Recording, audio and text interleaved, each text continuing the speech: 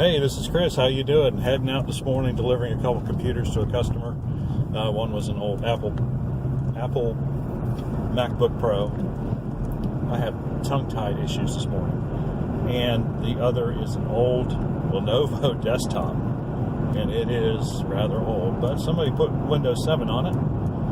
And so it has enough memory and has just enough video card to get the job done.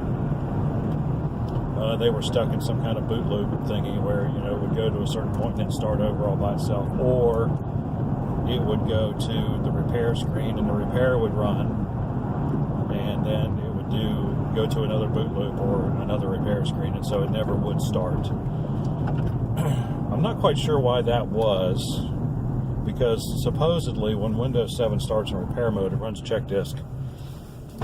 And that should have fixed the problem. In fact, that's what I did to fix the problem, was run check disk with the R switch, so that when it finds an error in the file system, it automatically corrects it.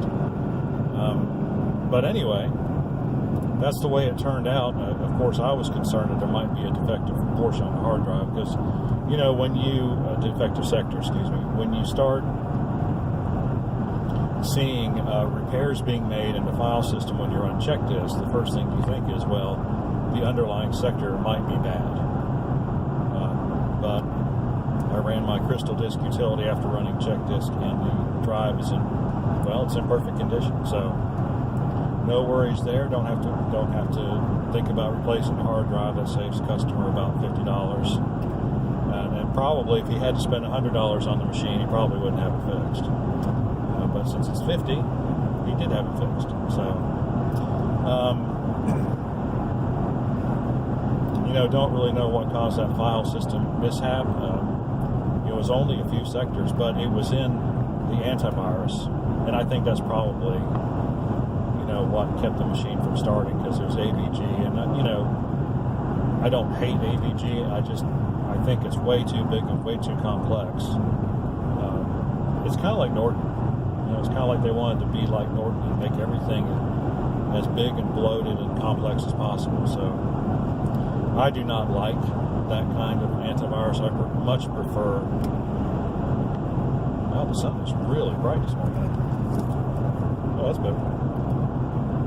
I much prefer Avast. It's much lighter. It feels lighter. I don't know. I haven't actually looked to see, how much room it takes up on a disk, but it feels lighter. It runs a lot quicker. Seems to run a lot more efficiently. I know it installs about 10 times faster. So, but anyway, that's that computer, and then the other one was that Apple MacBook Pro. The person who owned it, got it from somebody else, and it had a password on it. And I didn't know this about Apples, or at least ones that run iOS, I think it was like 6 or 7 or above. It's fairly easy just to go in and clear the password if the recovery partition is set up properly. Unfortunately, it's really, it's a huge security hole to me. Anybody can go in. You don't even have to have administrative access to the machine. You just go in at the startup and press Command R, and it brings up the screen to let you reset passwords all day long. It's like, that's dumb. That is really dumb. You don't have to have any kind of password to get to that screen. So I don't understand that.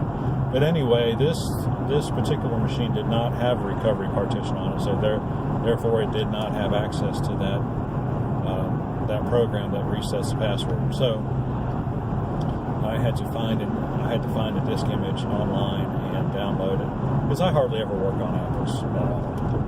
So I had to find a disk image, burn it to a DVD, and then I reloaded iOS 10 point something Lion, which has a really nice avatar there, really good picture of a lion. It seems to be working okay. So